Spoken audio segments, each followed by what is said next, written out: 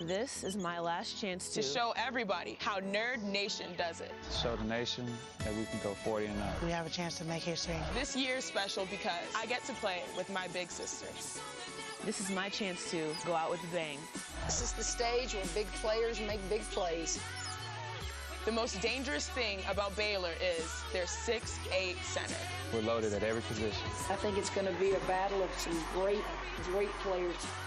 To win a national championship, I have to bring intensity on both sides of the court. I have to dominate in the paint. I have to be a leader. Stanford basketball is together. Sisterhood permeates our team. A bunch of warriors. We all have each other's back no matter what. To play tough and together. This is our chance to shine. I think all the pressure's on them, and I think that's the best time to strike. This is our chance. I mean, why not us? Why not Stanford? Our team motto is unfinished business. Our team motto is whatever it takes. Whatever it takes. Our team motto is unfinished business. Unfinished business. Whatever it takes. We welcome you to the NCAA Women's Championship presented by Capital One.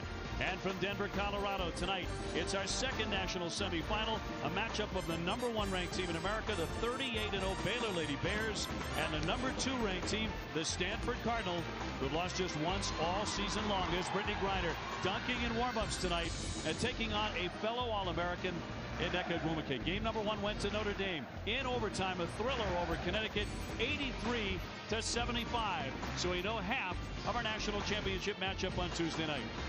Welcome back to Denver, everybody. Great pleasure to be with you. I'm Dave O'Brien. My partner is the great Doris Burke. We'll also have Holly Rowe and Rebecca Lobo joining us in just a moment.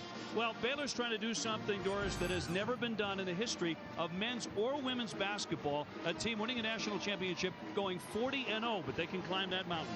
The question all season in women's college basketball simply has been, can anyone beat Baylor? They are 4-0 against the top 10, all outside of the Big 12. They have handled gracefully the pressure of being undefeated. Brittany Griner is the most dominant force in women's college basketball. Nothing would be better to cement her legacy than a national title. They'll take us to the one-on-one in an outstanding All-America matchup. Two All-Americans have had spectacular careers. Strength on strength in our post matchup. Brittany Griner has developed on the offensive end of the floor at 6'8". If she gets deep post position, look out. You've got to game plan for her on both ends. Now she can face up. She's an outstanding, willing, and gifted passer. She has asserted herself much more lately with the dunk, but looking opposite her is an athlete unlike maybe any she has ever seen. Nneka Ogwumike can create space with a reverse pivot, and these are the kinds of shots she's going to have to make, and these are the kinds of plays she's going to have to make. She will have to be faster to the ball. We know this. She's got a great ticker, and she ain't going away. Stanford head coach Tara Vanderveer is the only one of the other three coaches who did not schedule Baylor during the regular season. She believes that element of surprise may help her tonight. Time for the Capital One. Meet the players. Here's the Stanford Cardinal.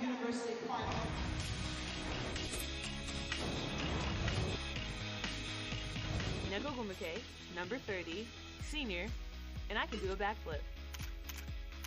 Amber Ranch, number 33, freshman, and I am the daughter of a former Olympian. Toni Kokenis, number 31, sophomore, and I'm in the Stanford band.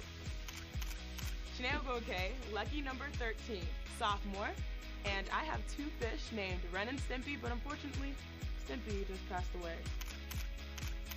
Jocelyn Tinkle, number 44, junior, born in Stockholm, Sweden, and lived in Spain for 8 years.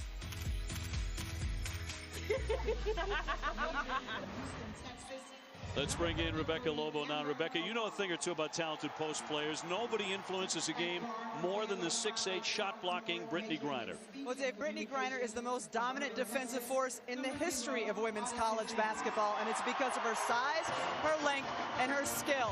At 6'8", she has a 7'4" wingspan. She's a shot-blocking machine. She can get her hand on a basketball that is 11 feet in the air. If her opponent wants to get off a shot, she has to start her shooting motion when Griner is 14 feet away. She's the ultimate rim defender, so Kim Mulkey wants to keep her in the lane. To do that, Griner and Destiny Williams have gone to switching defensively, which is what you will see here. When a post commits to going high and another low, Griner will take the low player, keeping her near the basket, defending the rim. But for more on Stanford, I'll send it over to Holly Rowe. Stanford coach Tara Vanderveer told us today at shoot-around that she has watched almost every single Baylor game this year, and they are going to try to do something that no other defensive team tried against Baylor. She said they're calling it their 54 defense. No, it's not a defensive front like football. It's 5 Stanford players against 4 Baylor players. That means they are going to force Jordan Madden, the worst perimeter shooter for Baylor, to stay completely alone. They're going to put all of their attention on Brittany Griner with another double team. Jordan Madden shooting just 35% from the field, only 21% from the three-point line. They're going to let her try to beat him that way. Now let's check in with the Baylor Lady Bears.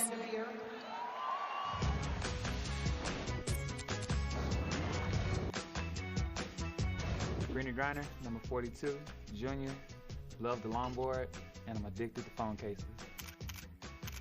Odyssey Sims, number 0, sophomore, I love sneakers. Jordan Madden, number 3, junior, I love to sleep and love to drink soda. Whoa, baby. Nene Hayden, number 1, junior, and I like to sleep. Destiny Williams, number 10, junior, love video games and puppies. And Baylor's head coach Kim Mulkey just selected as the AP Coach of the Year. She is battling Bell's palsy. She has Baylor poised to make history. She's won a national championship as a player and a gold medal as well. So it is certainly in her DNA to win and to dress. We are set for game 2. Game 1 was a dandy going to overtime. Notre Dame is in the final for the 2nd consecutive season. Tonight's officials, an outstanding crew. So great to have you with us from the Pepsi Center. Dave O'Brien, Doris Burke, Holly Rowe, and Rebecca Lobo. Baylor, the 8th undefeated team to enter the Final Four, and only Louisiana Tech in 1990 failed to win the national title. And Griner wins the opening tip. The Baylor Lady Bears in the white, we're underway. Stanford comes out in black. Madden on the drive, airborne, and banks in 2. Jordan Madden aggressive right away. Well, all season long, and this is something that Kim Mulkey has preached to her team. Odyssey Sims and Brittany Griner will not win the national championship alone. It's those 3 other players on the floor that are important. So Madden doesn't shoot a perimeter jump shot like Stanford would like. She puts it on the deck and gets to the rack. Kokenis tried to drive the lane. She was shut off. Shot clock down to 8. Now at 5, Kokenis wants the follow away and hits it. The guards for Stanford are different than the guards that played there a year ago. You think about Jeanette Poland and Kayla Peterson. They were outstanding, talented players. They do not have the speed that Orange and Kokenis bring. Madden tempted to shoot, but can't get it. And here's Orange, the young point guard, just a freshman, who has really had a fine tournament. I wish I could say that with a French accent. Orange. It really rolls off the tongue. Amber, a freshman from Houston, Texas. Boy, is that a talent-rich area for both men's and women's basketball. Shanae Agumike back out to her sister. Shot clock again down to 7. Orange with a leaner. Can't get it to go. Rebound comes right back to her. Nobody boxed out for Baylor. And Orange is a player who in the regular season averaged under 5 points per game. But her scoring has been on display in the postseason. She's doubled that. I think there will be times tonight where she must make shots. She had 18 against West Virginia in a tournament win. The All-American Agumike. Tough shot. That won't fall. Now, she has played against Brittany Griner in AAU ball back in Texas when they were both a little bit younger. She said, all I remember is we lost and I shot a lot of three-pointers. Griner in close and draws the foul. First time tonight. Well, you'd see what Stanford's strategy is. Jocelyn Tinkle is nowhere near the perimeter player she's checking. She is digging down from the perimeter, 1 in front, 1 behind Brittany Griner. The last thing you want to do, though, is commit the foul. Just make it a tough 2. Foul went against Nneka Agumike, the 6'2 senior. She and her sister, both All-Americans, and Griner. This is an area of tremendous improvement since her freshman year, foul shooting. I'm not sure there's a phase of the game where Brittany Griner hasn't improved. And I'll tell you where else she's changed. As a freshman, she was somewhat reticent. We have a day where we interview all 5 starters and the coach. She came into our room like Fat Albert. Hey, hey, hey. It was great. She has grown up in size. She didn't have to. 6'8". In fact, her teammates started teasing her a little bit, and Coach Mulkey did as well, saying exactly that. What a great talent. 23 points a game, 9 rebounds a game. Agumake with a miss, but Janae Agumake right back up and in. Do you see what I mean? The point I made before this game was that the Agumakes will be faster to the ball rebounding than any opponent Brittany Griner has seen, and that's a case in point. Griner with a touch, draws the double team. In and got it to go. She'll go to the line. The unanimous first-team All-American for a three-point play. Well, Brittany Griner is a player who, this is the shoulder she most wanted to turn over early in her career. In fact, often the only shoulder she would turn over. Now she'll go over both, but this is what I like. There's a willingness to dominate now. There's an increasing comfort level in who she is as a player and a person. It's been an absolute pleasure for us to watch. Janae Agumake with the foul. Brittany was a 68% foul shooter as a freshman. She's up to 80% as a junior. And on the bench, Nneka Agumake. That didn't take long. The All-American, the Pac-12 Player of the Year. Picked up one foul and went to the bench. Tinkle feeding Orange, a line driver, and it won't fall.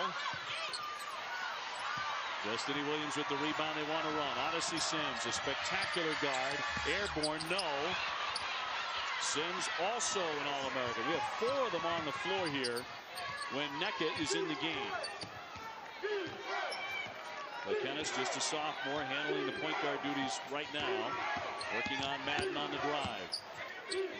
Janae Agumake. Booth, no. Got it back, though, on a high rebound. Their post players can do that, though. Jocelyn Tinkle can step away. She's more like a 3, but their post players can step away and face. Booth is 6'5", so additional size up against Griner. That one in and out by Orange.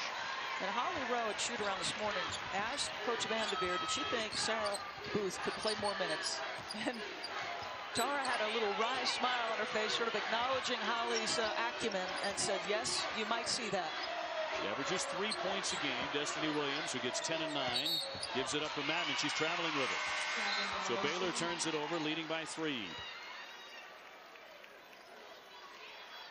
Baylor in the Final Four for the second time in the last 3 years.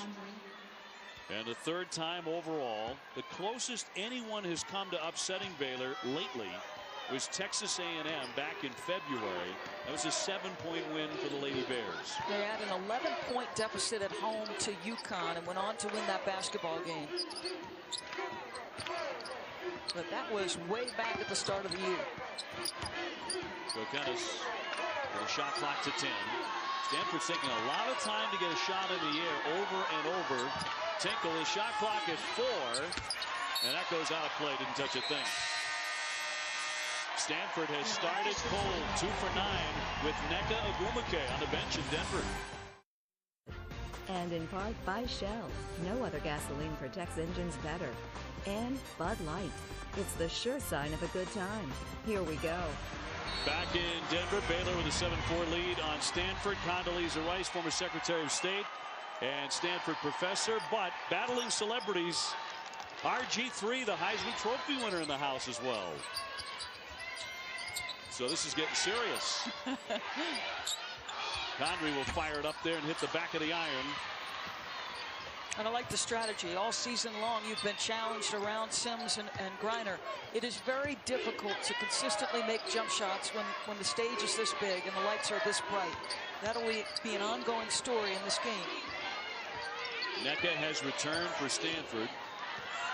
On the court with her sister as well. Shot clock at 8.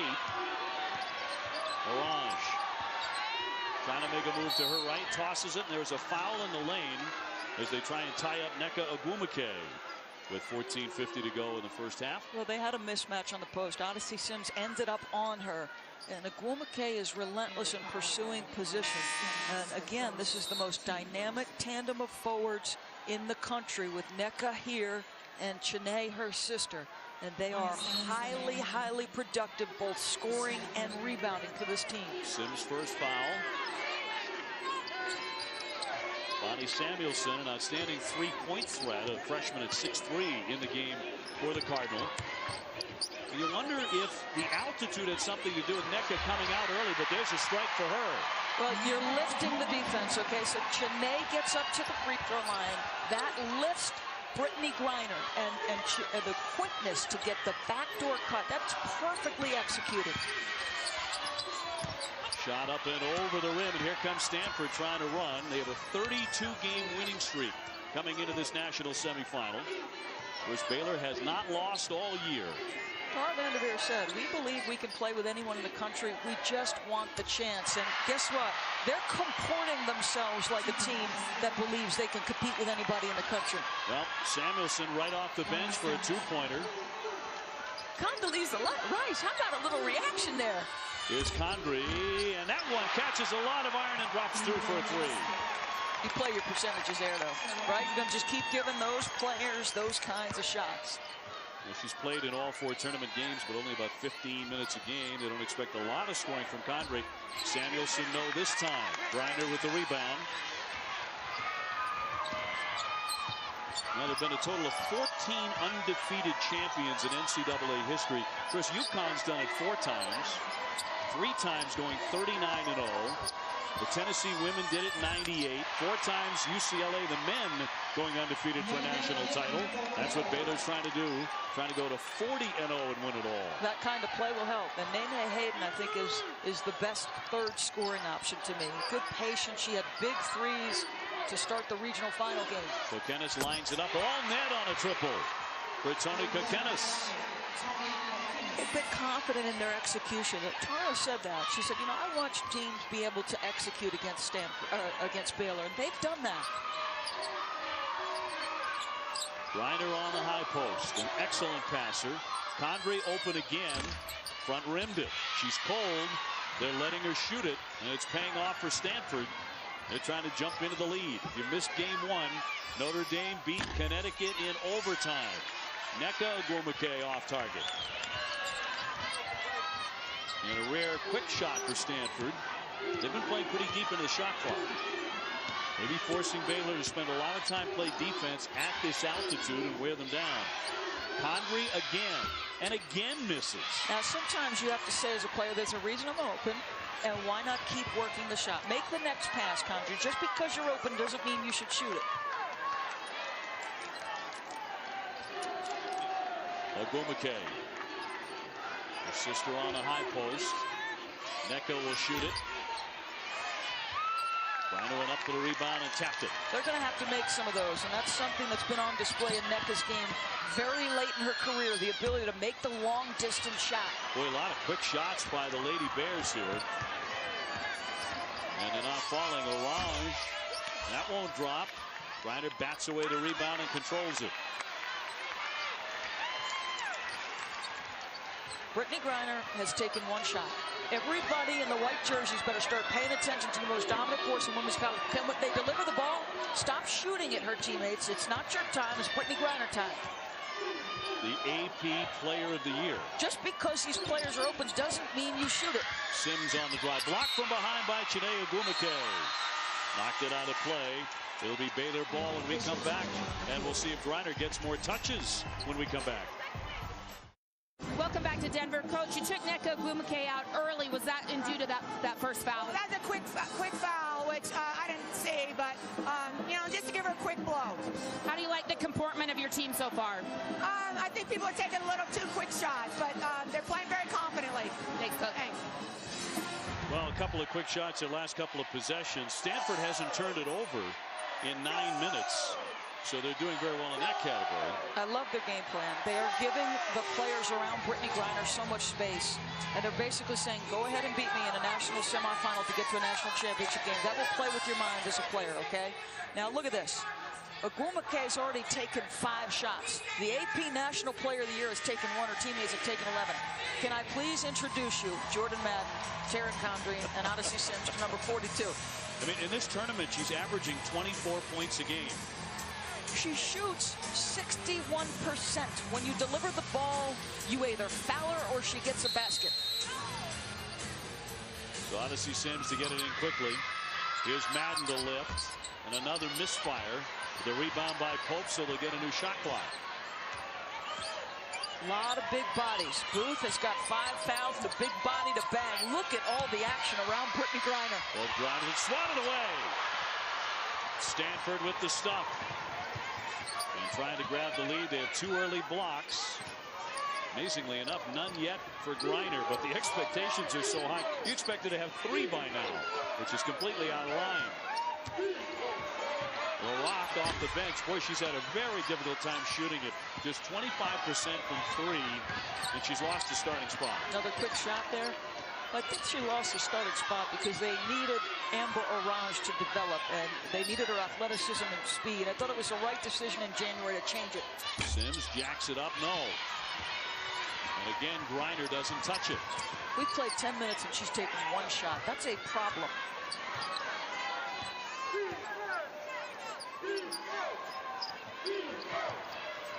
Nneka Ogwumike up top for Jocelyn Tinkle.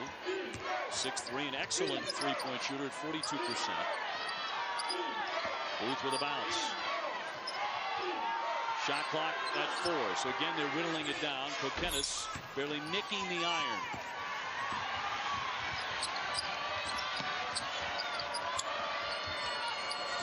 Madden.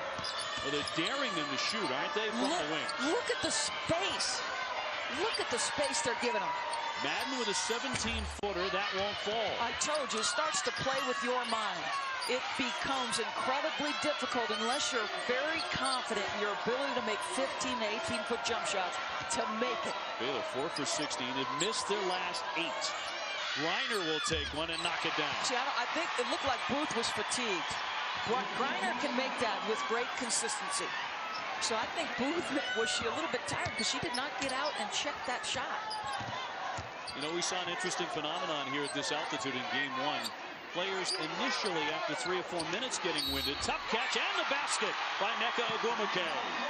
Another case where they lift Brittany Griner. Okay, it's a lift of Brittany Griner. The more you get her away from the rim, the better your opportunities to score. So look at Brittany Griner is checking Booth high. Ogwumike says, okay, I'm going to take you because I'm one of the best athletes in the country, and I'm going to negate the shot blocking abilities of Brittany Griner. Pope with the foul. Ogwumike for a 3-point play does that. I'm not saying it's a phenomenon that players would get winded. Obviously, they do at this altitude. Sure. But once they come out of the game in return, they seem to have their wind again and are able to play for a long. There's an adjustment period. Agreed. There's no question, and it can be just a momentary breather, Dave, that gets you back to where you need to be. Stanford twice played at altitude. Colorado and Utah this season. Did you see how high Nneka Ogwumike went up to get that rebound? Tied at 14. Ogwumike averaging 10 rebounds a game. Her sister also averages 10. Backdoor cut. Ogwumike for 2. I cannot preach it enough, folks. There's a reason Brittany Griner's up at the free throw line, and there's a reason Tara Vanderveer is in the Springfield Hall of Fame, folks. This is a great game plan. Not a good one, a great one. The sisters getting together for the basket. Both of them making the All-America team, the Associated Press team. It's never been done by sisters before. And taken away by Chiney Ogwumike. So Stanford with the lead.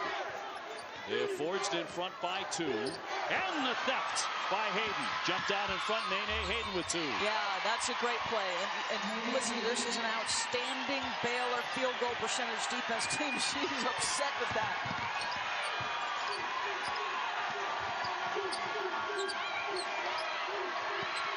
Pass, what a give inside for Tinkle. Chiney Ogwumike with a couple of terrific assists. Yeah, how about the length of the pass it has to cover and the angle of the pass.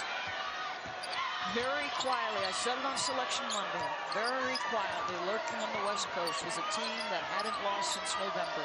Spent an entire season building their confidence. They're daring Baylor to beat them outside. This time inside, Williams can't connect. And it is working for the Stanford Cardinal. They lead by 2 in our second national semifinal. Notre Dame defeating Connecticut in game 1 in overtime tonight. UConn had an opportunity to get a shot off in the closing seconds of regulation, but Tiffany Hayes gave up the ball, and then the clock expired. Yes, surprising that she didn't try to put it on the rim to give 2 shots. Shot clock under duress here. Down to 2. Kokenis got it in the air. Rebound comes out high. That's twice now, where Baylor's just beaten to the basketball. Tinkle launches an air ball. So Baylor with it, a quick-moving first half. Look at the three-point shooting for Stanford. Only 1 make. Baylor just 1 for 3. Madden in the lane. The give for Williams, trying to wriggle free. Draws the foul as she hits the deck. She'll go to the line to shoot 2. Nneka Ogwumike is as good an athlete as there is in the country. Folks, watch how high she gets up off the ground to go pursue this board. Go get it, Nneka. Then run the floor. Use that athleticism and speed to beat backdoor. Great play. This is the stage where we show Stanford basketball to the whole country. To win a national championship, we have to focus, concentrate, and play for each other. This is my chance to go out with a bang. Stanford by 2. Baylor's looking for Brittany Griner dunks. Let's go to Rebecca. Well, Dave, Brittany Griner is a dominant force defensively in the paint, but Stanford has done a tremendous job getting her out of her comfort zone. Sarah Booth is a capable three-point shooter. Griner's defending her. She comes out. Griner's hands down defensively when she's playing out on the perimeter. Booth has the clear vision, can make those passes, and get it into Ogwumike. Just lifting her to the free throw line. And she's got great ability to cover ground and create space. But you've got a speed and athleticism dynamic with Stanford in the forward positions in both Ogwumikes. And that's coming into play. I thought Stanford would be faster to the basketball. Well, Williams makes 1 of 2 after the Tinkle foul. Under 6 minutes to go before halftime. 1-point game. Janae Ogwumike trying to get it across midcourt, zips it up to her sister.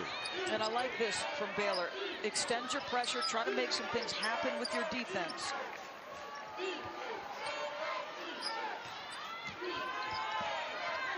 Backdoor cut. How about this play? Kokenis up and in for 2. Nneka Ogwumike with the assist. All the backside help. Not just Brittany Griner, but that's a play where everybody on the offensive end is above the free throw line. There is no help. The All-Americans pushing and shoving. On the drive, Nene Hayden draws the foul. And the junior from Dallas will go to the line. The NCAA Women's Basketball Championship concludes Tuesday night on ESPN with the championship game. Coverage beginning at 7:30. Then at 8:30, Notre Dame takes on the winner of this one. The NCAA Women's Basketball title presented by Capital One on ESPN. Foul on Kokenis was her first. And Hayden drops in the first one.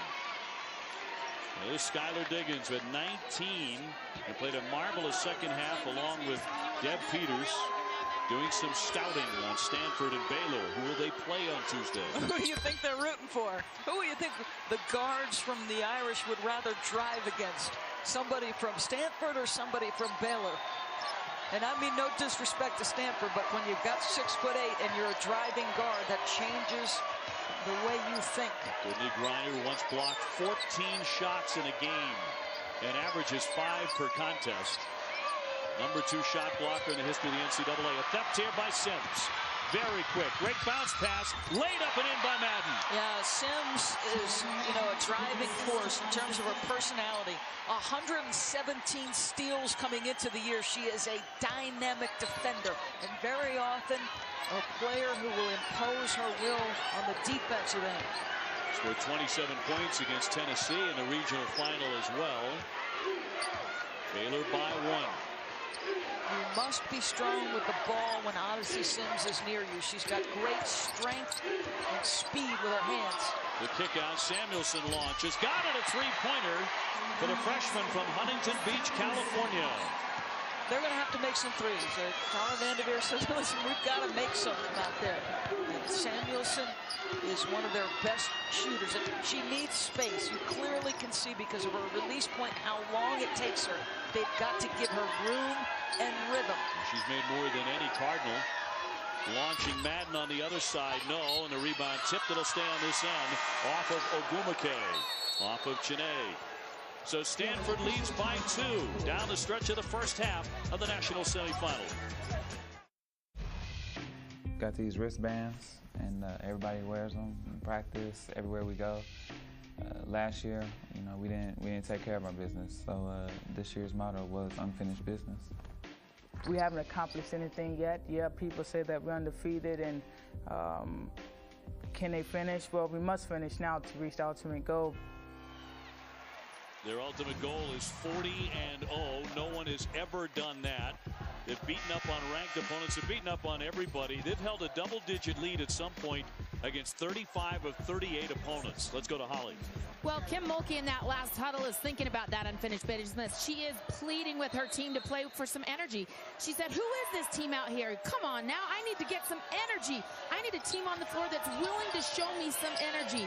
Oddly enough, though, Brittany Griner hasn't scored since the 9-minute mark, but she's not worried about that. She's drawn up plays. She asked Odyssey Sims to put it on the floor and try to get involved in this game. Now she turns and fires and left it short. And commits a foul over the back. That's on Griner with 3:36 to go in the half. You're looking at a Stanford team that has been to now its 5th straight Final Four. But for Tara Vanderveer, they have come under the weight of expectation in each of those 5 years. They were a legit national title threat. Nobody came here thinking that Stanford could win a national title. They are basically playing with house money. Even Tara Vanderveer told us at practice today, listen, I didn't know what to expect. I certainly didn't think losing Kayla Peterson and Jeanette Poland that we'd be where we are. Orange line drives that one, but tipped out, I believe, by Madden of Baylor. And indeed, it'll be Stanford ball. 26th season for Tara Vanderveer. And Stanford into their 11th Final Four. Samuelson gets it in. Difficulty on the exchange. It'll go the other way. They turn it over. Hey, tomorrow night, Kentucky and Kansas will square off in the NCAA Men's Basketball National Championship game. Coverage on CBS begins at 9 o'clock Eastern Time. But 2 Titans. 2 big-time Titans. It's just been so much fun to watch Anthony Davis play basketball. Well, he's a special player, the player of the year. We have Brittany Griner in our game, player of the year as well. But there's a nice touch, feathery touch by Destiny Williams. And that ties the game at 23. Williams, a junior. Big-time screen. Chiney Ogwumike can do some things for you, and her sister goes up high for the pass here. They've been successful with the screen and roll, something that's new to their arsenal because of the change in personnel. Kokenis bounces. Ogwumike sails that one over. Nneka Ogwumike battling for the rebound, and it'll go the other way. Those are opportunities that Nneka rarely misses. She is so fast to the basketball, an explosive leaper, as good an athlete as you'll find in the definitive #1 pick in the upcoming WNBA draft. And she's had a brilliant tournament, her last NCAA tournament, scoring 28, 39, 29 in 3 of the games. They leave Madden open again, and once more they can't cash in. Griner up there for the rebound. No on the follow. Mulkey wanted a foul in the worst way on her sideline. Tied at 23, under 2 before halftime. Notre Dame has played their way into their 2nd consecutive national championship game. They knocked off UConn in overtime in game 1. Kokenis trying to penetrate. The dish, Orange outside. Stolen away by Sims with the quick hands. She'll go 1-on-2, splits the defenders, and lays it in. We wondered, we thought this would be an incredible matchup. Orange versus Sims.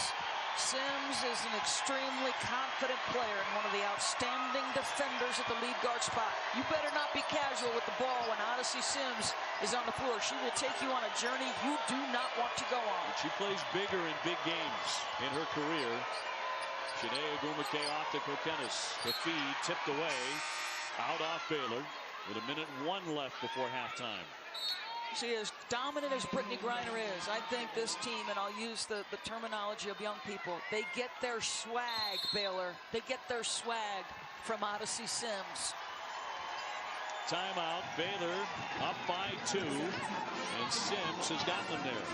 Why are they one of the better defensive teams in the country? It all starts at the point of attack. Odyssey Sims or Raj telegraphed that. She might as well have been a quarterback looking at the target the entire development of the play. And Sims said, yeah, let's go, everybody. I'm here to play. Odyssey Sims against the 11 ranked opponents that Baylor has played is averaging 21 points a game. Of course, they have a great Heisman winner in the crowd tonight to cheer them on. And coming up on the Home Depot halftime report with Trey Cara and the coach, Muffin McGraw, will be live on the set to talk about Notre Dame's terrific win in overtime against the Huskies, and we'll break down the first half. That's still to come on a Home Depot halftime report. Stanford ball, and over the top into the backcourt here for Bonnie Samuelson. Shot clock here, you got to go. Down to 3, still behind. Ogwumike will launch a long 3. And the rebound coming out into the bench, and back over it goes with 49.2 seconds to go.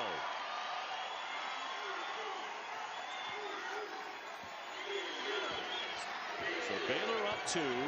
Reiner leading with 7. Not a gigantic half, obviously. Hayden with 6. Well, you see they're trying to deploy Nneka in areas that she doesn't consistently spend time, and her field goals reflect that. She's 3 for 9 because you can't post Nneka like you normally would. No 10-second backcourt violation in women's basketball. 5 on the shot clock, though. Sims muscles it up. It won't drop. Battling for the rebound. She won it back. And it's a shot clock violation. So 18.2 left. Stanford with the ball. A chance to tie or take the lead before halftime. Tinkle comes back on, an excellent 3-point threat. She replaces Samuelson. Wow, some little extracurricular between Kokenis and Sims. Ogwumike knocked from behind by Condra, comes free. Right to Chiney. Ogwumike up against Grinder, decides not to do anything with it. Orange will heave it, and it won't go at the buzzer. So Baylor has the lead at the break, 25-23. You saw Chiney Ogwumike do it. So many have done against Brittany Griner. Go the other way. Let's go to Rebecca Lobo. Brittany, you've been swarmed on the offensive end. How concerned are you that you only have 5 shots? I mean, we're getting, the shots that we want to get. We just got to knock them down. We got to get in the paint. We got to knock down shots. We got to knock down free throws. Then we got to defend on the defensive end. Defensively, they pulled you out onto the perimeter. How comfortable are you defending out there? I mean, I have no problem with guarding out on the perimeter, but the only thing is I'm leaving the paint open. All right, Brittany, thank you. Send it over to Holly Rowe. Well, Nneka, you said you were excited for the chance to try against Brittany Griner. How do you think that first half went? I think it went well. I think what we need to focus on mostly is our offense. We did a good job of holding to, I think, 7 points. And, we're doubling her hard, and we're still sticking with our defensive plan, but we need to kick it up on offense. How is the altitude affecting you at this point? It hit me for the first 3 minutes, but I'm fine now. It's the Final Four, so. Thanks, Nneka. Thank you. Only a Stanford kid would know exactly how many points Brittany Griner has at halftime. 7 points. I don't know how she knew that. No one gave her a stat sheet. Baylor leads it 25-23. Griner indeed with 7. A second half to come to see who faces Notre Dame Tuesday night in the national championship game. Now to Trey Wingo for the Home Depot halftime report. All right, Dave O'Brien, thanks so much. Welcome indeed to the Home Depot halftime report inside the Pepsi Center. Trey Wingo here with Carol Lawson and the coach, Carolyn Peck. Well, you look at this half, Tara Vanderveer talked about her bench, Carolyn, and how they were going to have to defend Brittany Griner. Bonnie Samuelson, the 6'3 freshman, before this game had played a grand total of 8 minutes and scored 2 points. She has 5 points in the first half and a lot of minutes. They are throwing everything they can at Brittany Griner. Well, when Tara talked about keeping a secret, that was a big secret she kept all season long. But I think the most impressive thing that Stanford did was the way that they denied the ball even coming inside to Brittany Griner. They kept one in front and one behind. Well, first they're going to look at how patient they were offensively, and I think that that's been key of what Stanford What they wanted to do was move Griner away and not have to score over her. You go bring Brittany away from the basket, pull her out of the lane, and then you take shots away from Brittany Griner. You know, I think when you talk about what Stanford cannot do, and I thought they flustered Baylor defensively, particularly in the half court, but they cannot turn the basketball over. Baylor did not have a rhythm offensively, but what allowed them to get to lead is the turnovers. You say, well, Stanford only has 4 turnovers in the first half. Baylor has 8 points off of those turnovers. If you're going to slow the game down, if you're going to limit possessions, then you can't have giveaways like this. And I thought that gave Baylor some confidence, even though nothing was going right for them on the offensive end.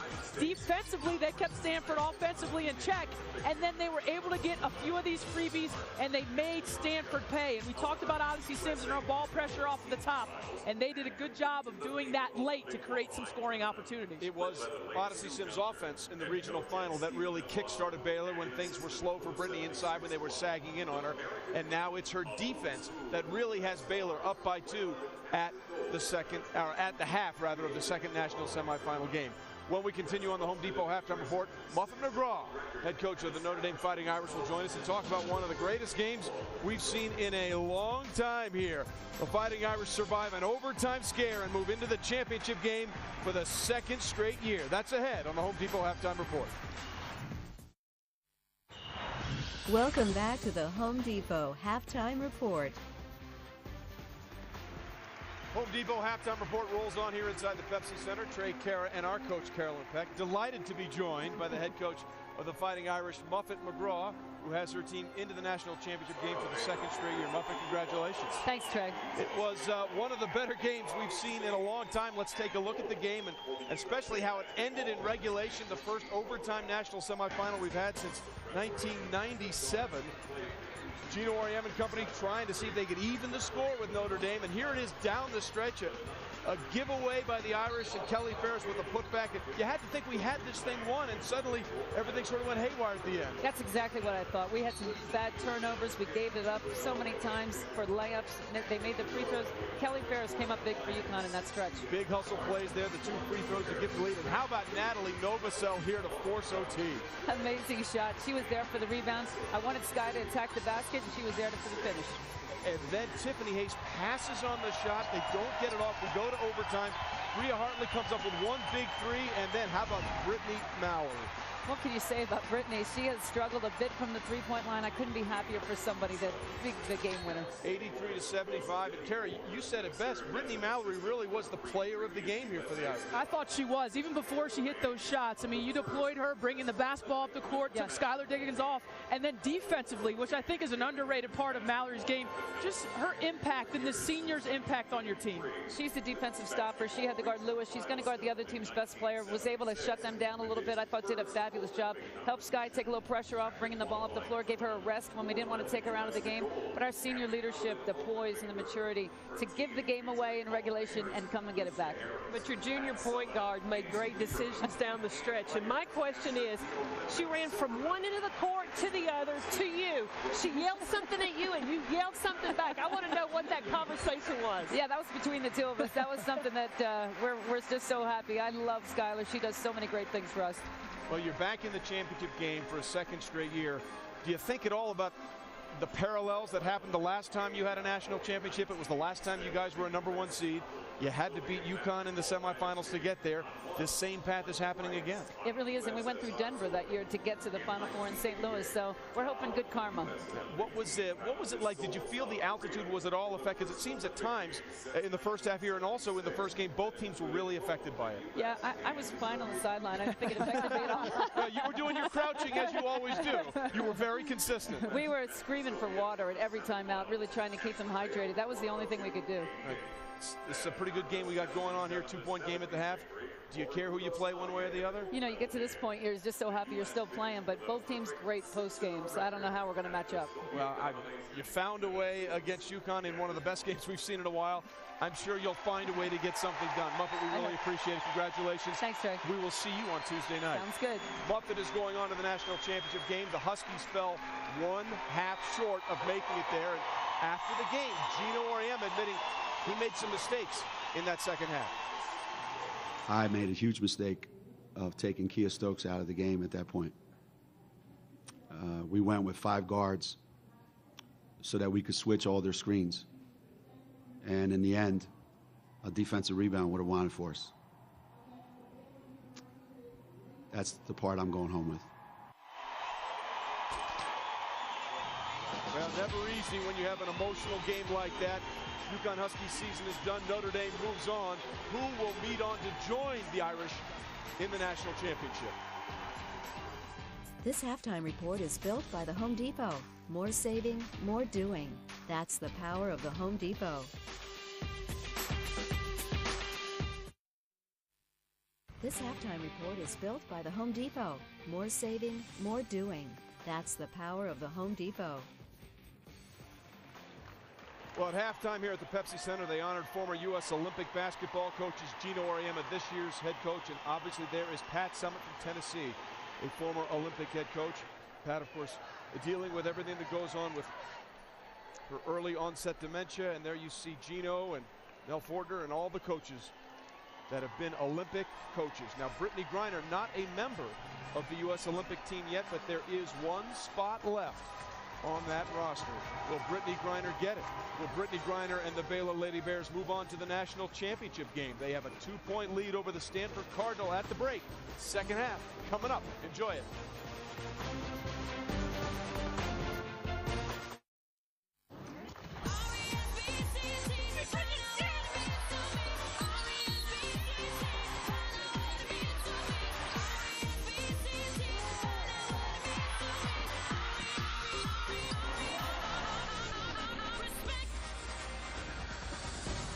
We welcome you back to the NCAA Women's Championship, presented by Capital One.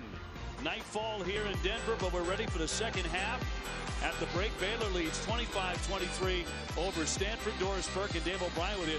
Brittany Griner with an un-Griner-like first half in many ways, Doris, because she didn't score all that much. She's been averaging about 15 shots a game all season. She took 5 in the first half.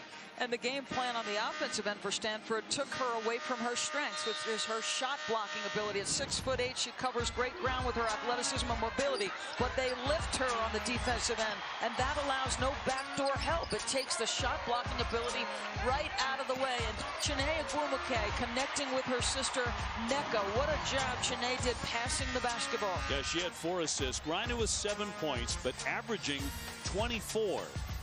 Agwumike with 7 points, her tournament average at 28. The other oddity, Griner did not block a shot in the first half. This is a player who had 199 of them during the season. This is almost as much about approach and toughness and energy right now for Baylor as it is anything else. And if you're Brittany Griner and you're being forced to guard on the perimeter, wow, how about that play? Oh, Agwumike went right at her. How about that play? There's the athleticism and speed. You know, even if she's checking from the perimeter, it doesn't mean you stop defending because you're not changing the game with block shots. Too many times her hand has been down. So tied at 25 in the opening seconds of half number 2. As we look for the second entrance in the national championship game. Madden in close, can't connect, rebound by Agwumike. The real test here for Baylor is what have they devised on the offensive end, either to get better shots for Brittany Griner and more touches certainly, or to at least make the players around her more comfortable in the opportunities they're getting. I was fascinated, though, a little backdoor here for Kokenis. And here's Tinkle launching a 3. That's up and over the top of the backboard. Then in one of Holly Rowe's reports, she indicated that Kim Mulkey was saying, you know, it's not that big a deal that she's not swinging, at least not yet. Well, and one of our colleagues, Brenda Van Langen, is in charge of telestrations, is the Big 12 announcer, and she had about 8 Baylor games. But she said there are times where you've got to remind the teammates around Brittany that number 42 is on your team. She plays with you, and you better get her a touch. Again, they're daring Baylor to shoot from outside. Griner is short, no foul there, nothing on the elbow. So Stanford trying to take the lead. The Cardinal has lost just once all season long. That was early in the season in November on the road against Connecticut. Now she's a little bit hesitant, Nneka Agwumike from 3. She'll drive it on Griner, who commits the foul. That'll be number 2 on Brittany. as we toss it to Holly. Well, I checked in with both coaches at the half. Kim Mulkey of Baylor said, of course, she's concerned. Brittany Griner had 2 field goals, but she said she's getting double, triple team. She said they're leaving other players open, but they're taking too quick of shots. We've got to continue to reverse the ball, make Stanford's defense move and work. Then Tara Vanderveer said, hey, I think our 54 defense looks pretty darn good right now. Madden of Baylor is just 2 for 8, the player that they've been leaving open. She said the problem, we've got to do a better job on offense. It's definitely different playing against a player like Griner, but we've had some ideas at halftime. We're going to make a few adjustments, and Nneka Ogwumike is doing just that. Well, that's the interesting thing. Now you see Ogwumike trying to elude her with her driving ability. They were moving her to spots on the floor away on the perimeter, and though she's capable, that's not her comfort zone. That's not her bread and butter. Condrey drops one in, and she's been the #1 dare for Stanford tonight, but finally hits one. Tied at 27. Shanae Ogwumike on the high post. She loves that bounce pass, but there's a whistle and a foul. It's going to be a hole. It's going to be on Destiny Williams. And Nneka Ogwumike has got a ticker that will not stop. She will not go away, and she's going to work relentlessly for post position, and that's why you commit that foul. And she's battled a bruised knee throughout the tournament, although she's had a superb season. So Williams with the foul, 17:46 to go. And Bonnie Samuelson, the freshman, trying to get it in. So Kennis on the drive. Ogwumike swooping in. No. Williams with the rebound. That's a significant change, right? I mean, we've seen that Nneka Ogwumike use her driving ability, try to get right at Brittany Griner or right by her. Griner, an entry pass. That's a little bit more like the Baylor attack we're used to seeing. She just couldn't convert. Well, sometimes, right, when you don't touch it a lot, and then you do get a touch, you're so anxious to produce, and maybe you move a little bit faster, you shoot a little bit faster. Ogwumike up against Griner with a nifty bank shot. 4 straight times. There's the adjustment. That's what Tara was talking about to Holly Rowe. We've come up with some things on the offensive end. Well, Nneka Ogwumike is attacking with her driving ability. Serious Player of the Year candidate up against the Player of the Year. Yeah, I don't think she's seen an athlete in the post like Nneka. Condrey starting to heat up a little bit, ties it at 29. The shooting percentages on both sides could use it. Stanford 35%, Baylor 32%. And there's Orange on target. Well, and I think that Condrey will get the minutes. And basically, Madden is not making shots. She was 2 for 8, so Condrey gets her chance. Sims pops, left it way short, but got it back. Up it goes again for 2. Odyssey Sims, the sophomore from Irving, Texas. And though Condrey's numbers don't reflect it, Dave, she has, at points this season, made big shots for the team. And the ones she's hit today are big. A little scuffle there between Kokenis and Condrey. And that was off the leg and out of play. So it'll be Stanford ball. Tied at 31. Tara Vanderveer, the Hall of Famer. She had something special for Baylor cooked up tonight, even though they hadn't seen them all year. But you got the impression she liked the idea. There was a surprise factor at play here. She did not schedule them during the regular season. UConn did, Notre Dame did. Ogwumike harassed. That's done a lot of trouble up against Griner. Yeah, that's a bad decision right there. Williams. And a foul by Nneka Ogwumike. She commits the personal. Tied at 31. That'll be her second foul. 15:49 to go in our second semifinal.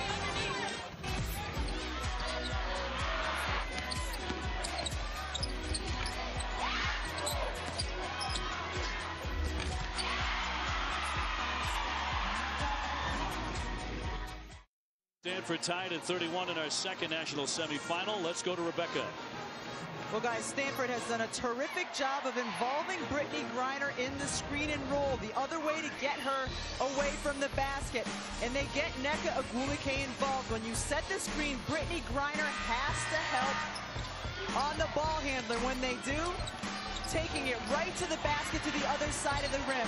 Nneka Ogwumike came into the second half with only 1 foul. That means offensively she can play with reckless abandon. She can take it at the basket. Brittney Griner went into halftime with Kim Mulkey making adjustments. With her having to defend on the perimeter now, she has to get down low in this stance again and be ready for the offensive drive. Now the star comparison, strength on strength in the post. Obviously the advantage right now to Nneka Ogwumike, and that screen and roll is a change for the Stanford Cardinal. As your personnel changes, Dave, your coaching must change. Your strategy must change. Tara Vanderveer has at her disposal 2 dynamic athletes in the front court. Speed with Orange and Kokenis in the backcourt. So these screen and rolls are sprinkled in to what has become, a triangle-heavy Stanford team in the past to one that's sprinkling in different things. So great adjustments by the Hall of Famer. Destiny Williams makes 1 of 2. Baylor with a 1-point advantage. Baylor continues to press in the backcourt. Chiney Ogwumike off to Orange. Here's the jumper by Samuelson. That won't drop. But the rebound high to Kokenis. Samuelson won't wait, but she's actually on the line in the act of shooting now. And they are hot. Tara Vanderveer disagrees with that call. In the Frozen Four's second game Thursday night, BC and Minnesota meet in Tampa at 8 Eastern on ESPN2, ESPN3, and streaming live on WatchESPN.com and the Watch ESPN app. Brittney Griner has not scored in about 12 minutes. When's the last time she touched it? She had the miss here in the last couple of minutes. Well, she actually touched the ball just 9 of Baylor's first 28 possessions in the first half. That's the fewest she's had since the first half of their first tournament game, and she only played a handful of minutes. You've got a source. Congree, yes. Well, they've been needing her, and she's delivering in the second half. Absolutely, and Madden's been on the bench because she struggled shooting it. And Congree, it's so interesting. What a quiet kid by demeanor. But again, over the course of the season and her career, there have been moments where she has made big shots.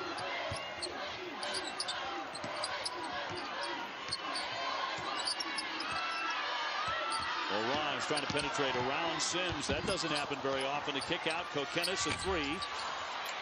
Baylor comes away, and you feel a little momentum starting to swing now to the Lady Bears. Hayden lines it up. Barely nicked the iron. Too quick, terrible shot. I mean, you don't manage a national semifinal that way. Oh, it opens up. Kokenis, they're going to wave it off. No basket. Oh, they're going to get an illegal screen? Yes, that's the call. There's no doubt in Lisa Mattingly's mind about the call. So no basket. That's on Chiney Ogwumike, her second foul.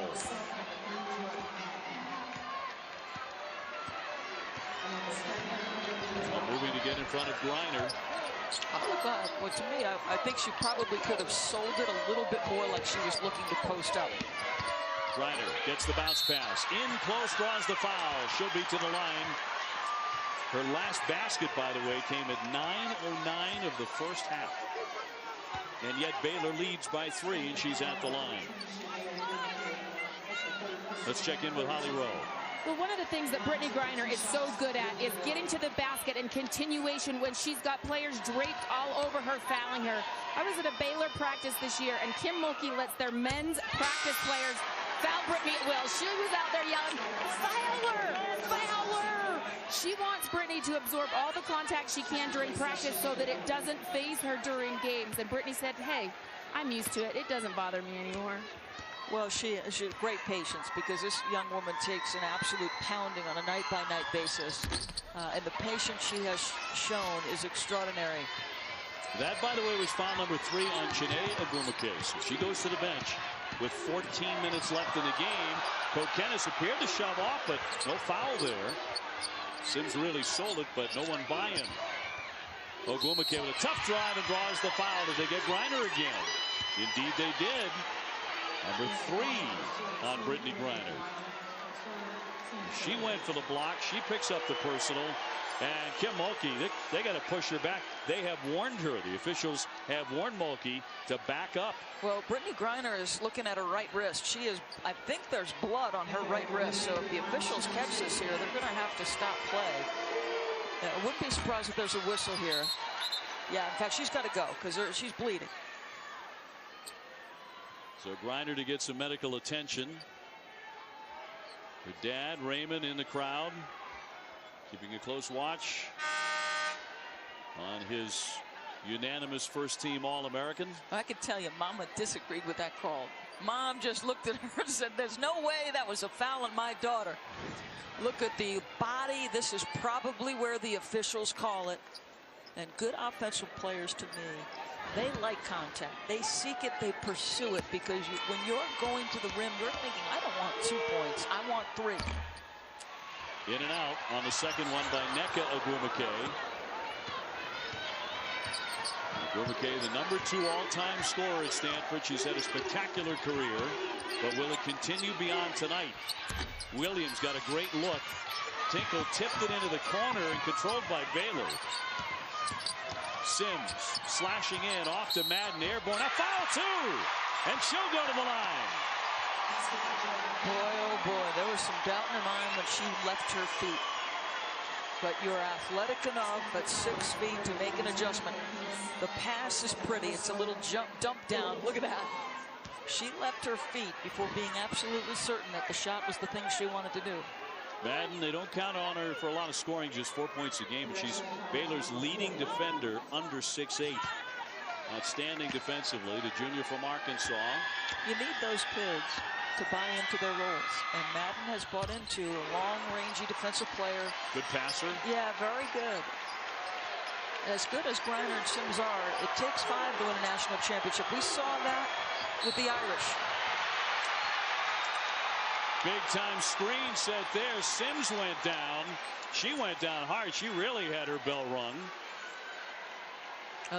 No argument whatsoever from Tara Vanderveer. In fact, she just looks at Nneka Ogwumike and had something to say. That's 3 on Nneka. Yeah, so you can't lean.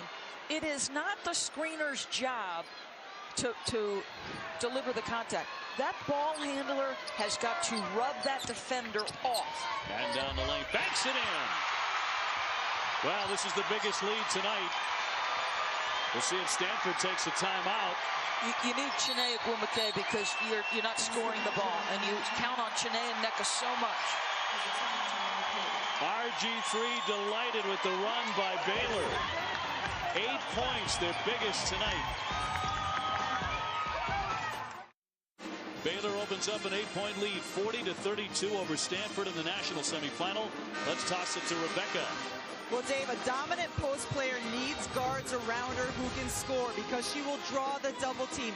Stanford's defense has not changed in the second half from the first half. Griner is still surrounded. The difference for Baylor, their guards, primarily Taryn Condrey, have been able to hit. Condrey 3 for 3 in this half. We'll see if that alleviates any of the pressure on Griner inside. So Brittany Griner with 8 points. But Condrey has been the shooting story in the second half. She averages 3.7 shots per game on the season. She's 3 for 6. And the biggest thing she's done, she hasn't hesitated for a moment. Shoot it with confidence. You got to believe it's going in. Well, Baylor's starting to believe they're on an 11-1 run. A whistle off the ball with 12:50 to go. Let's check in with Holly Rowe.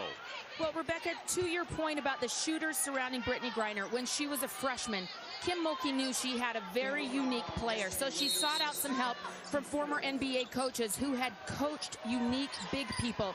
She said the advice that she received was to surround her with shooters. That makes defenses play more honest on her. Kim has done that in her 3 years. The shooters around Brittany have continued to improve, and you're seeing that help their big girl tonight. Destiny Williams just picked up foul number 2. Nneka Ogwumike, her sister, rolling to the basket, tied up with Williams. And Nneka nearly lost it.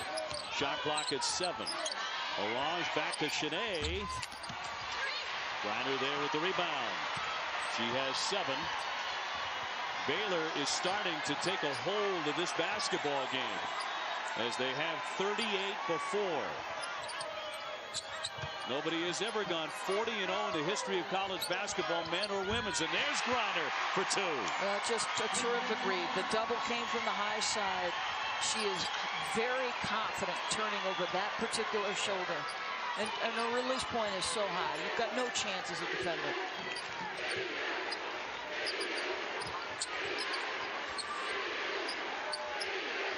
Nneka Ogwumike with a three, and Ogwumike off target there, rebounded away by Williams. And another shot that won't fall for Stanford. His shooting percentage is 32. Baylor not a whole lot better, but they have a 10-point lead. I think it feels to me like we've seen moments in each of these games where these kids have been tired. By Chiney Ogwumike. She'll beat everybody to the other end for two. They needed that.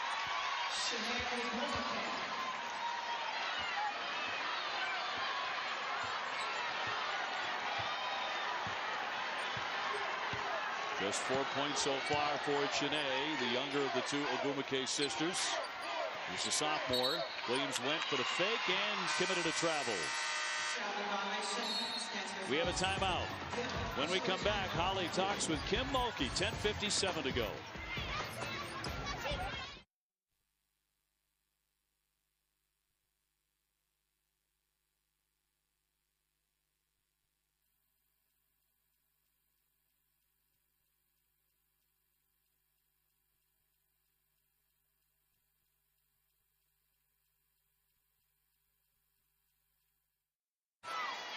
A player who is, along with Nneka, your best rebounder, over 10 per game and 16 points per game.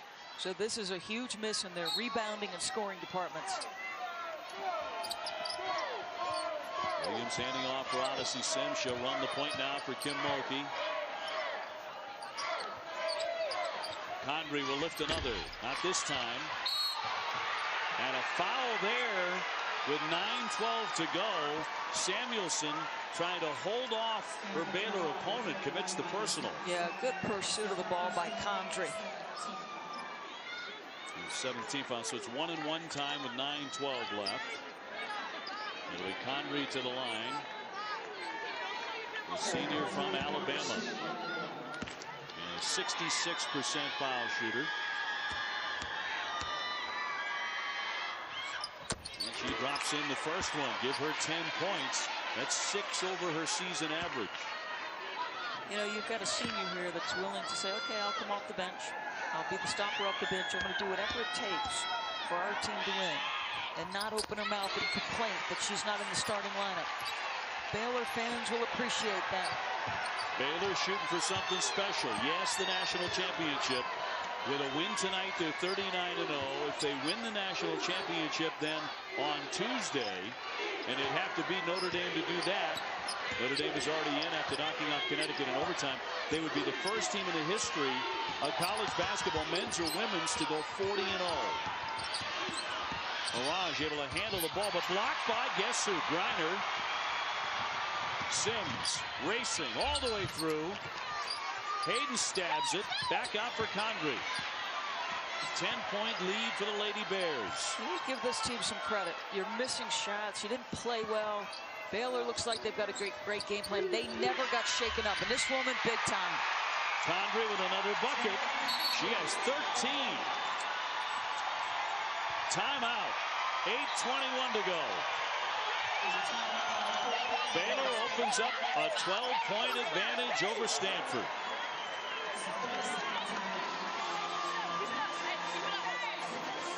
This is a team that never rattles, and 6'8" Brittany Griner has done this as well as anyone and will finish as the NCAA's all-time block leaders as long as she stays healthy. They're spacing the floor. Outstanding pass from Destiny Williams. Condrey's hand has been all over this basketball game. Griner averaging 5 blocks per game. Nneka and Chiney Ogwumike. Right now, Chiney is in trouble, but you see what they've done in the tournament tonight. Different story against Baylor. Yeah, and you have to come back with Chiney Ogwumike, and she comes back onto the floor after that timeout because, listen, if you go down with your guns blazing. So not a long set for the sophomore, as Tara Vanderveer has to get her right back in. It's a 17-3 run for Baylor.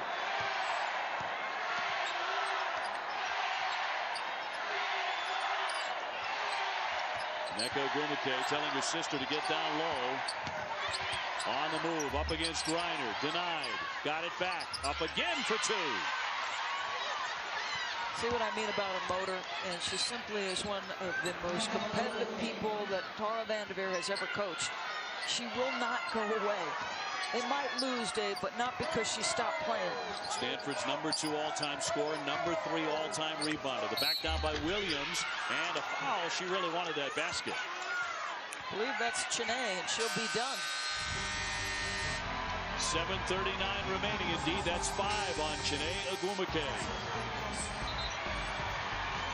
The NCAA Women's Championship is presented by the Capital One Cup. Learn more and check the standings at CapitalOneCup.com. I have to dominate in the paint. This year is special because we have a chance to make history. We want to show the nation that we can go 40-0.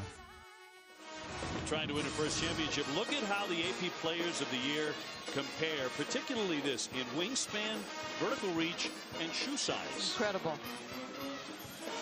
And blocks, obviously, and Anthony Davis, spectacular, playing Kentucky into the national championship game. Brittany Griner's trying to do the same thing Tuesday night against Notre Dame.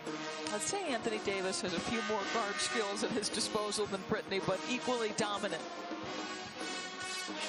Well, our trending topic, as we take a look at that on Twitter, is Brittany Griner the best center to ever play the game? Well, I certainly think her legacy is incomplete, but to me, of the players that I have seen over the course of history on the collegiate level, she's as dominant as anyone I have seen. Tara Vanderveer likened her to Lisa Leslie. I wouldn't have minded seeing a 5-0 play against Brittany Griner. Rebecca Lobo? Yeah. Rebecca, what were your thoughts on this? Is she the best ever? Well, first of all, I would have minded seeing me play against Brittany Griner. She's the best I've ever seen, Doris. I mean, have we ever seen a player this size, this athletic ability, dominate the way she has, especially defensively? I mean, even when you look at what Stanford has done tonight, Griner only 1 block, but they changed the way they play offensively because Brittany Griner is in the game. I've never seen anything quite like it. Listen, as a staff, Kim Mulkey has said, I don't watch tape of my opponent the same way I would if I didn't have Brittany Griner. What opponents do against one another is not what they will do against Baylor. And the other part of that equation is you've got to game plan for both ends if you're opposite Brittany Griner. Her impact has just been extraordinary, and sometimes it's hard to document or quantify outside of the blocks and the reach and all of those things. Nneka Ogwumike with 18, 47-38, Baylor. Griner draws the double and triple team. Sims, airborne, left it well short. Williams with the rebound, a block by Tinkle, another block attempt and a foul this time. Under 7 minutes to go in a low-scoring national semifinal. Booth will pick up the foul. It'll be number 1 on Sarah Booth. And Destiny Williams is at the line. All Big 12 first team, the 6'1" junior from Benton Harbor, Michigan. She actually leads the Baylor team in double-digit rebounding games with 18. Well, she is an outstanding offensive rebounder, and clearly her ability to do that is incrementally impacted based on the number of defenders sent in Brittany Griner's direction. A little bit easier when 3 defenders are going around Brittany Griner. And it probably helps the shooting percentage too, which is 55%. But she has 9 rebounds in this game. So a 10-point lead again for the Lady Bears. And now a steal out at midcourt by Williams. Went to the other side. Ogwumike really forced her to do that, and she could not convert. Love it. Love how hard Nneka retreated to go ahead and get it. She made the mistake because she did not meet the basketball. But you don't stop playing.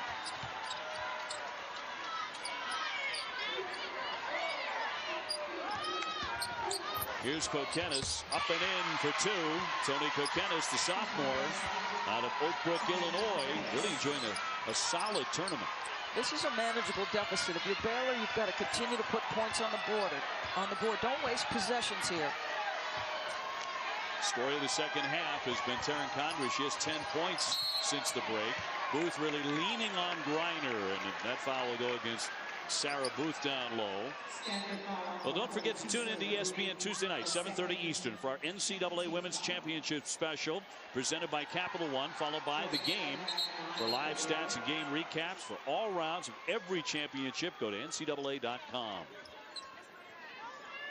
So Griner will be at the line in this tournament, averaging 24 points, 9 rebounds, and 6 blocks a game. And rolls in the first one. A much improved touch at the foul line since her freshman year. Jordan Madden returns now for Kim Mulkey. And we'll put Condrey on the bench. And number 2 for Griner. Scuffle for the rebound, knocked out of play. It'll go the other way. And be Stanford ball here with 5:53 to go. You're not sensing a lot of urgency out of Stanford. Down by 9. No, and you know, you'd love a 3 to go just to put a little more game pressure on Baylor. Make them think about it. Kokenis trying to penetrate. Oh, she saw Griner there, nearly traveled. Booth lets fly no. And a foul underneath as Orange got fouled with 5:39. And a shove from behind. And that'll go against Odyssey Sims, number 2. Orange, good foul shooter, a very quiet freshman. Shanae Ogwumike says that her voice is like a dog whistle. We can hear it even if you can't. I like that.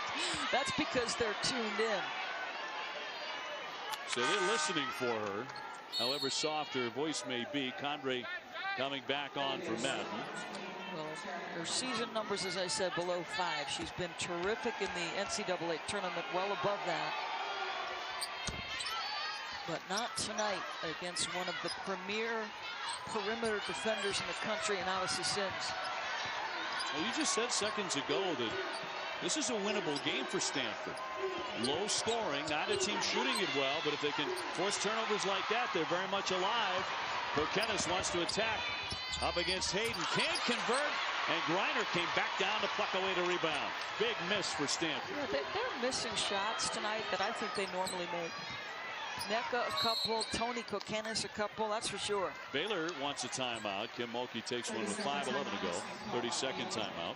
I like the aggressive, assertive move by Toni Kokenis. She really could have put some great game pressure. She crossed over and then got back to get her shoulder square. Just, you know, your speed is impacting your ability to make the play at the rim. You got to be better than that. Well, they're just 2 for 17 from three-point land, too, so they're not helping themselves beyond the arc. And have scored only 41 points. They're one of the high-scoring teams in America this year, up around 78, 79 points a game. Yeah, and you know, I think it's the little things when I say you have to be better than that. The turnover where Nneka doesn't meet the ball. Tara was talking to her team an awful lot today about the details, the devil in the details, right? Meet the ball, finish plays. Well, if Stanford loses here to Baylor, they will have lost just twice all season. Once in November, and then on the 1st of April. Their 5th consecutive Final Four, but Nneka Ogwumike has not won a national championship. And her career might be coming to an end here tonight with 5:11 to go, trailing by 8. So Baylor to inbound from the side. Odyssey Sims, an AP All-American, off to Condrey. Destiny Williams slicing in. Nene Hayden, but traveling with it. So that gives it back over to the Cardinals. They're giving them chances. And Kim Mulkey senses that. Stanford is still very much in the game. If they can make some shots. Orange just can't get by Sims. I mean, she, as good an athlete as Amber Orange is, and no matter how much, she cannot get by Odyssey Sims. Kokenis. She's trying to make something happen. Shot clock at 5. Nneka leans in. Griner with the block. Got it back. And tucked in 2. 6-point game. Now Tara Vanderveer exhorting her team. And you know she's saying that. You're in it. You're in it. Baylor without a field goal in over 4 minutes.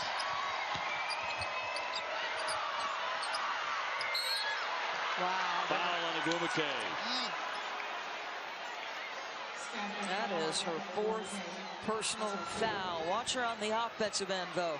The dribble drive against Destiny Williams. Doesn't give up because her shot is blocked. Be persistent. That second jump, this is where she is a difference maker. So it'll be Williams to the line with 4:11 left. 2 shots for Williams, 67% for the year.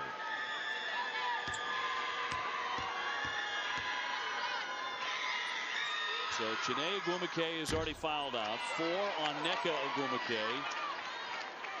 And little sis can only be a cheerleader the rest of the way. Stanford's only gone to the line 7 times all night. Williams has struggled. She's made only 4 of 9. Got the roll there to make it a 7-point game. And they're extending pressure. I don't necessarily even think for steals. They're just trying to, they want the clock running, and they want them to be working with less time once they cross over.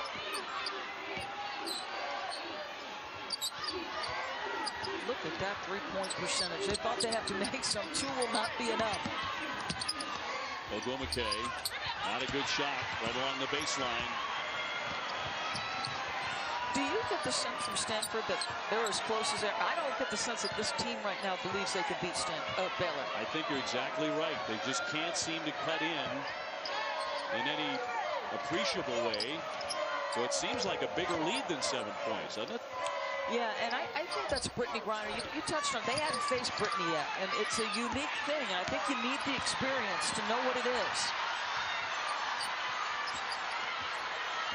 So Baylor up by 7, but Stanford has the ball. Orange going underneath Brittany Griner. She'll pull up and pop, in and out. Boy, she got a great look. Could not bury the shot. They just haven't been falling all night.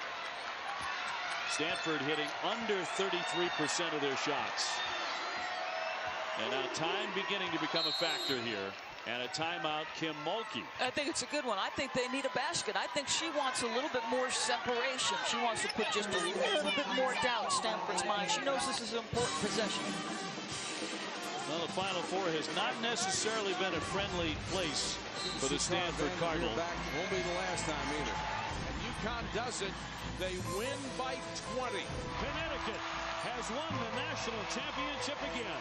Texas A&M has done it again. The Stanford Cardinal in shock. Well, that was certainly the case last year. They had all that pressure from Texas A&M up in their face. They just couldn't handle it. They have run into the eventual national champion, I believe, 3 straight years now. So been close, but no cigar. 4 years, excuse me, they've run into the eventual national champion. Well, Stanford trying to come back and play their way into the national championship game. They've won 2 titles under Tara Vanderveer. But Baylor with the ball coming out of the timeout. Let's see what they have in store. Oh, great play. Little scissor screen for Sims. That's perfect. A 3-pointer for Odyssey Sims. When you said they needed a basket out of this, they get a 3. A little zipper screen. She starts on the weak side. 2 defenders or 2 offensive players close up as she cuts through them. That's just perfectly done. Great execution and a perfect timeout. So was that the dagger, even though there's over 2 minutes remaining? Tinkle again wants no part of Griner. Kokenis, the kick out. Nneka Agumake for 2. Yes.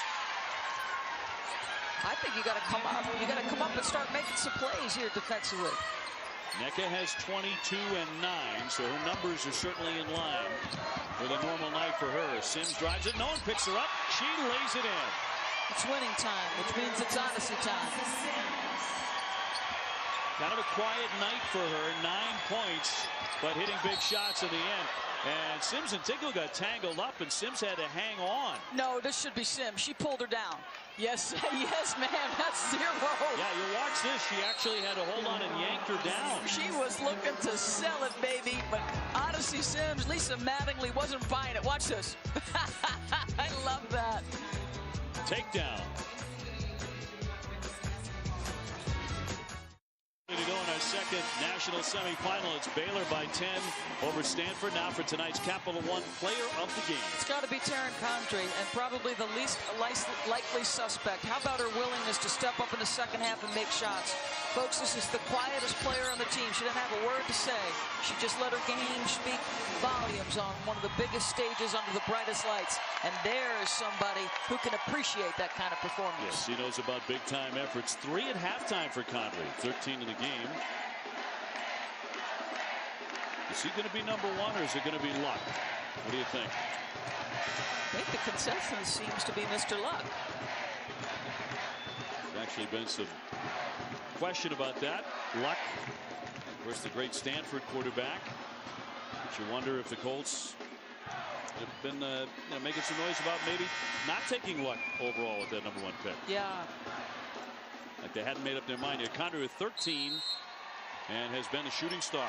Think about Peyton Manning, Ryan Leaf. Yeah. Although I don't think either guy would be Ryan Leaf, that's for sure. Necka off the inbounds, couldn't get it to go. And now just 90 seconds left in this semifinal. Notre Dame won a thriller over Connecticut in the first national semi in overtime. So the Fighting Irish are awaiting the winner of this one. Meanwhile, with a 10-point game, you have to start appreciating the career of Nneka Ogwumike here down the stretch. The great Stanford senior, the All-American, the Pac-12 Player of the Year, National Player of the Year candidate. A brilliant tournament, a brilliant career. You are looking at a young woman who will be the definitive number 1 pick in the draft. Her numbers are staggering in a program that has turned in some fairly memorable careers. But I think beyond that, you are looking at a young woman, should she choose to go into politics, that could be president of the United States. Stanford University was the perfect place for this young woman. Does that make Janae the VP? I would certainly pick her. She's vivacious enough, although Janae would probably more likely embrace the spotlight that politics brings. And Olivia, the younger sister, may be Secretary of State. Of course, they always are. They have a very famous former Secretary of State right there. And Condoleezza Rice, her team obviously losing, and she's not too happy. Coming up on the 1-minute mark of this semifinal. Tinkle leans in, can't get it. Griner with the rebound. I do believe Baylor will need to put more than 57 on the board against the Irish to come away as a national champion. Notre Dame can score in bunches. They're the top scoring team in the Final Four. And now we're about to get down to the final 2. You talk about an interior matchup with Griner and Devereaux Peters. How about Odyssey Sims versus Skylar Diggins? Sims on the drive. We've got Sports Center coming up next. Oh, Sims is holding that leg in some pain on a drive here in the last 34 seconds. We'll see what's up with Odyssey Sims, the 5'8" senior. And up she goes. Appears to be all right. I think Baylor Nation breathes a sigh of relief that she was able to get up so quickly. Might have been a cramp. So 34.4.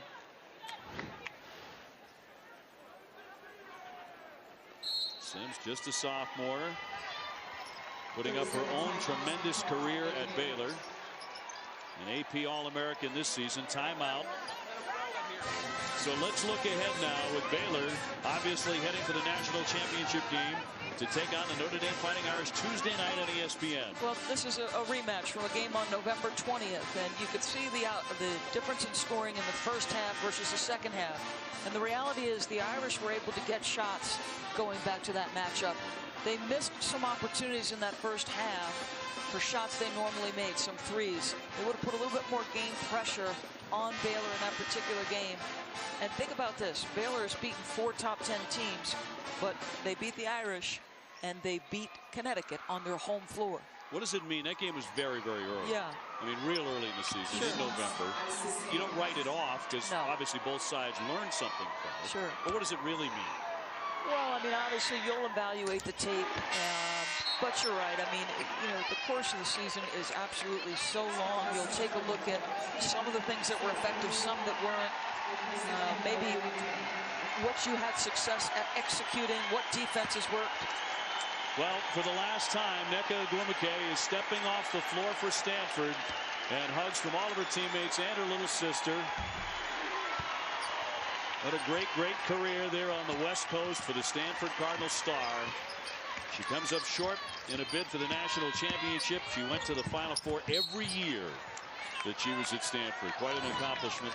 Watch how long this embrace is with her sister, Chene. I could cry here because Chene has made no secret of the fact that she has great admiration and respect for Nneka. Mom took them to play basketball together for the first time when they were, what, 11 or 12 years old, to get them out of the house and do something. Took them both. And she said Nneka really took to it immediately. Chene a couple of days later, but now they're both stars. But the brightest stars tonight are in Baylor colors, because the Lady Bears of Baylor remain undefeated, now 39-0, and they are on to the national championship Tuesday night against Notre Dame.